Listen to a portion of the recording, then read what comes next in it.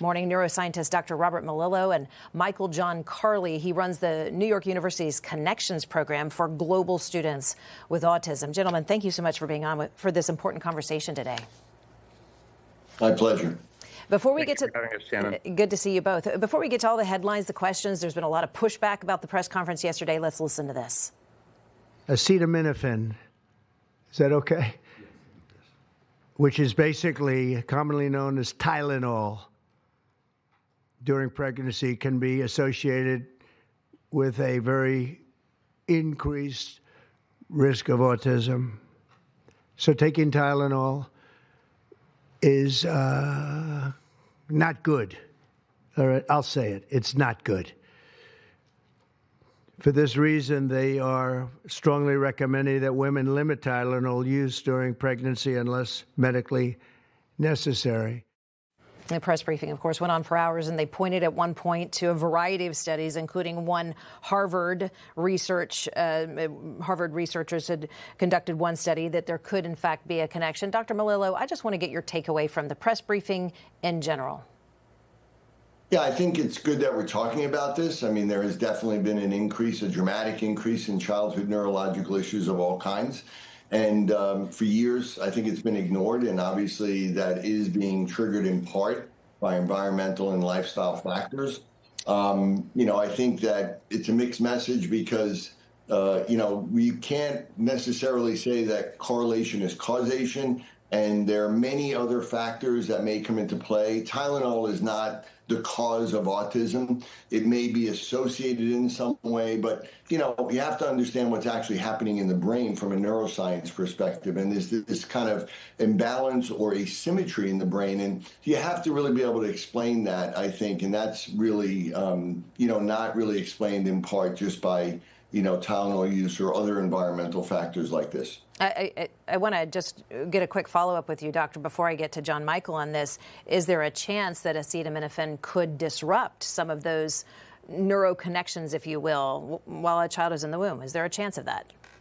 Yes, definitely. I mean, I wrote a book on this in 2013, and there are, at that point, at least 50 environmental factors like this, many of them, like the age of the parents. Most of them affect people pre-conception rather than during pregnancy. But they're all things that also can be identified and modified. But yes, they can have more of an effect probably on the development of these connections than anything else, yes. Michael John is an advocate for families who have family members who are on the spectrum or individuals on the spectrum.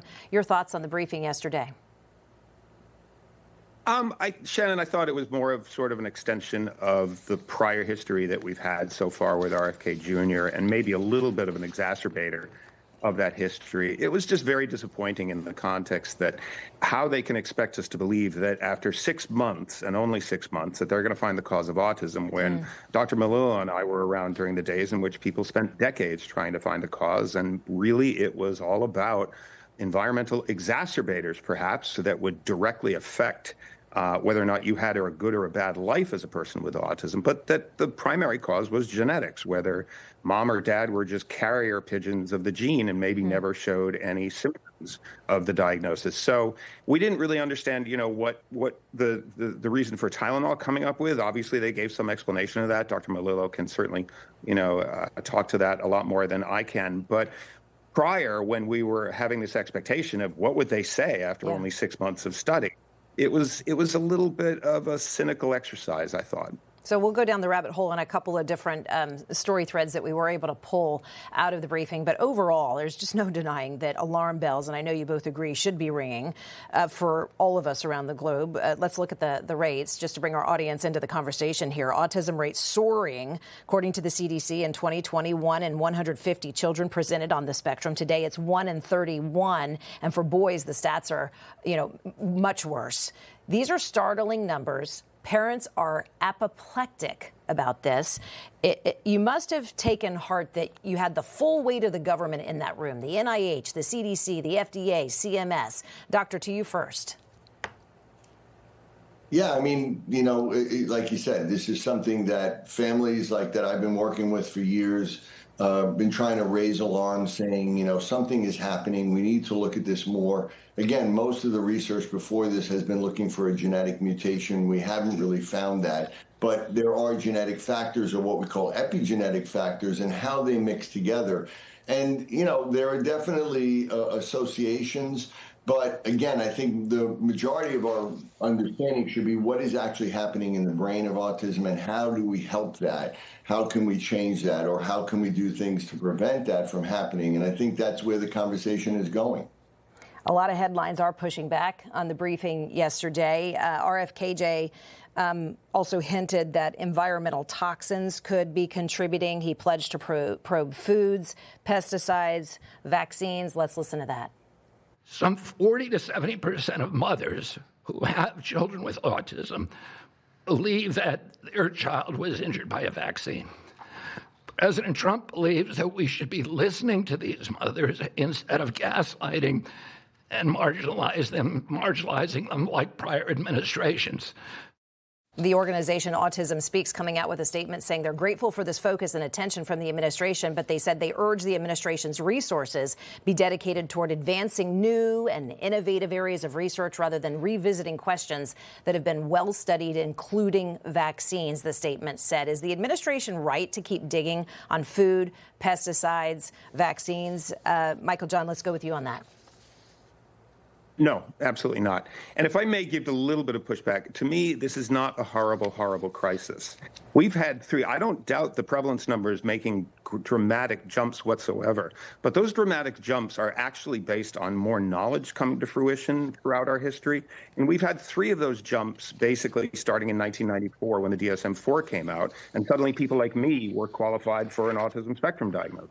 And the numbers went from 1 in 10,000 to 1 in 166. And the second big jump was in the mid-aughts when people were just starting to learn a heck of a lot more about how to spot this stuff.